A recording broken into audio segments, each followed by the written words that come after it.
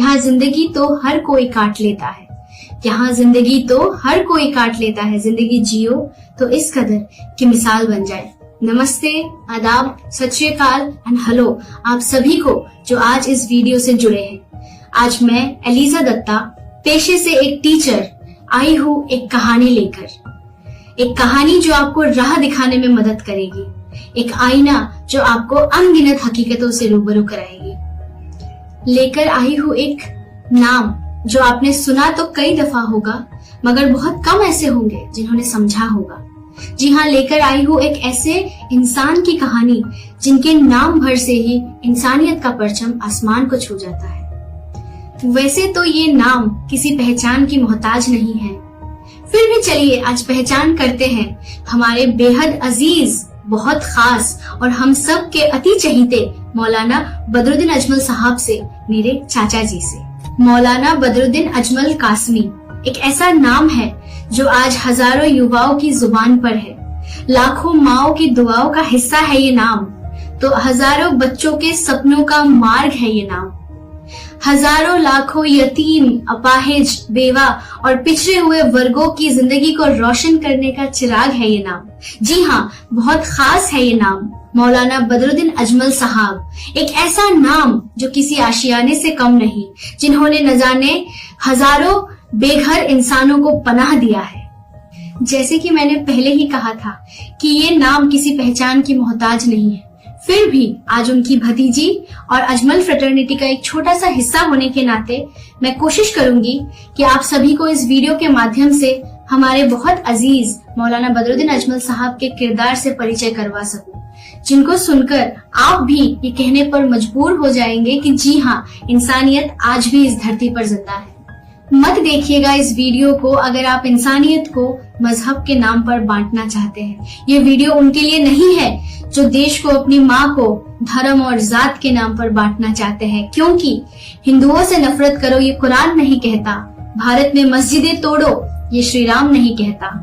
हिंदुओं से नफरत करो ये कुरान नहीं कहता, भारत में मस्जिदें तोड़ो ये श्री राम नहीं कहता। रोटी की कोई धर्म नहीं होती, पानी की कोई जात नहीं होती, जहाँ इंसानियत जिंदा हो वहाँ मजहब की बात नहीं होती। किसी को लगता है हिंदू खतरे में है तो किसी को लगता है मुसलमान खतरे में है, किसी को लगता है हिंदू खतरे में है तो किसी को लगता है मुसलमान खतरे में है। धर्म का चश्मा उतार कर देखिए साहब, इस देश को बांटने वाले कुछ लोगों की वजह से आज हमारा हिंदुस्तान खतरे में है। बात करेंगे हिंदुस्तान की, जिसको आगे लेकर जाने का सपना देखा था स्वामी विवेकानंद जी ने, तो मौलाना अबुल कलाम आजाद और डॉक्टर एपीजे अब्दुल कलाम जैसे महान हस्तियों ने सपना देखा था कई माओ और बहनों ने कि शिक्षा के मार्ग को अपनाकर अपने देश का परचम पूरी दुनिया में लहराएंगे। जी हाँ, उसी शिक्षा के मार्ग का मसीहा बने हुए हैं हमारे मौलाना बदरुद्दीन अजमल साहब। चाहे लड़का हो या लड़की, अमीर हो या गरीब, शिक्षा हर किसी का मौलिक अधिकार है और उसी अधिकार को हकीकत में अंजाम देने के लिए आज असम राज्य में 100 से भी अधिक स्कूल और कॉलेजेस चला रहे हैं हमारे मौलाना बदरुद्दीन अजमल साहब। जहां जंगल बोलकर बहुत से लोग भूल चुके थे असम को, वहीं विदेश में कार्यरत होकर भी नहीं भूले अपनी वास्तविकता हमारे मौलाना साहब। तभी तो आज उनके दोनों हाथ कामयाबी के आसमान की बुलंदियों को छू रहे हैं, मगर पैर आज भी उनके जमीन से जुड़े हुए हैं। आज पूछिए हजारों युवाओं से तो कहते हैं डॉक्टर या इंजीनियर बनना है, और सबसे पहले आता है उनके जुबान पर एक ही नाम, अजमल सुपर 40। कहते हैं डीएम बनना है, कलेक्टर बनना है, सिविल सर्विसेज ज्वाइन करना है, तो आता है सबसे पहले जुबान पर एक ही नाम, अजमल आईएएस एकेडमी। कौन नहीं जानता अजमल सुपर 40 को। डॉक्टर और इंजीनियर बनने के साथ साथ सपना होता है अजमल सुपर 40 में पढ़ने का, और ऐसे हजारों बच्चों को उनके सपनों को पूरा किया है हमारे मौलाना साहब ने।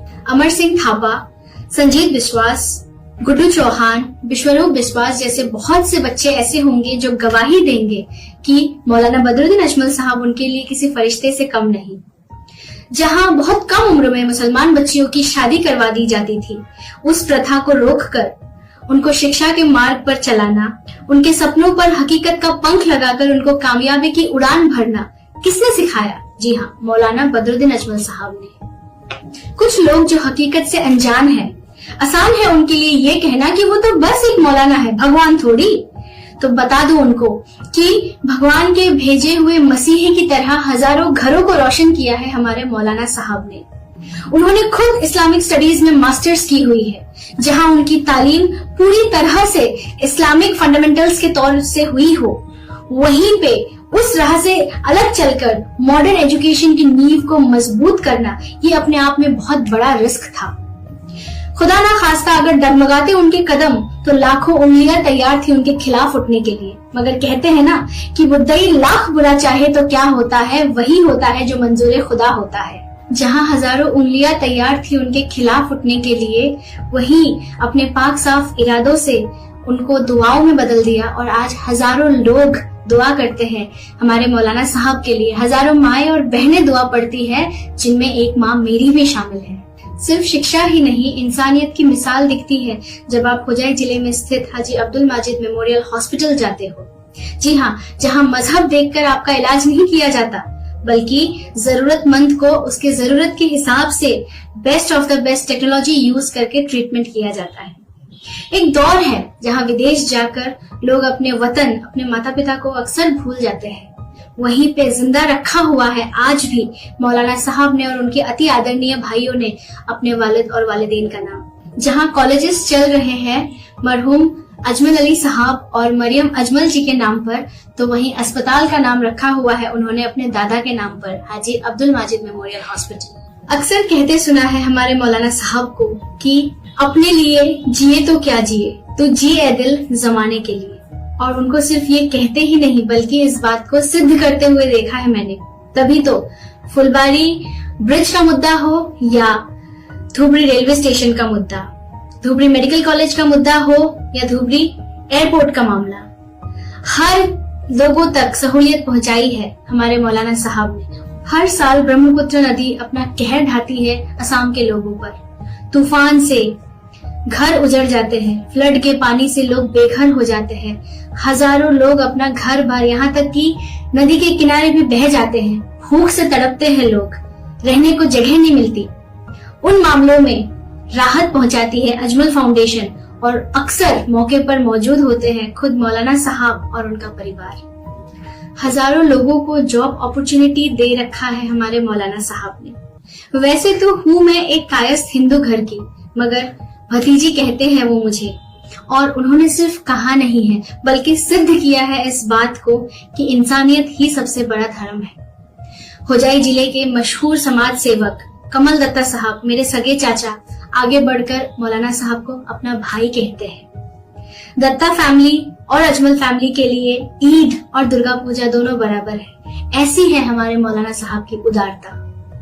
Education, skill development, health and sanitation, relief and rehabilitation, environment awareness, women empowerment आदि एरियाज में मजहब के दीवार को तोड़कर इंसानियत का परचम लहराया है मौलाना बदरुद्दीन अजमल साहब ने। समाज कल्याण में झोंक दिया है खुद को, वरना दुनिया के टॉप 500 इन्फ्लुएंशियल मुस्लिम्स में 147th रैंक में अपने नाम को शुमार करना कोई आम बात नहीं। बहुत अच्छा लगता है उनका जिक्र करना, उनके बारे में चर्चा करना। चेहरे पर जैसे एक मुस्कान आ जाती है जो कि सच्चाई है। मगर जानते हैं आप भी और मैं भी कि एक वीडियो काफी नहीं है उनके दास्तान को बयां करने के लिए, उनके विशाल शख्सियत को बयां करने के लिए। दिन से रात हो जाए, पन्ने खत्म हो जाए, पर उनकी इंसानियत के किस्से खत्म ना। फिर भी एक छोटी सी कोशिश थी मेरे तरफ से कि लेकर आ सकूं आप सब तक एक दास्तान, एक कहानी मौलाना बदरुद्दीन अजमल कासमी साहब की, मेरी यानी एलिजा दत्ता की जुबानी। सुनने के लिए, जुड़ने के लिए बहुत बहुत शुक्रिया। Thank you.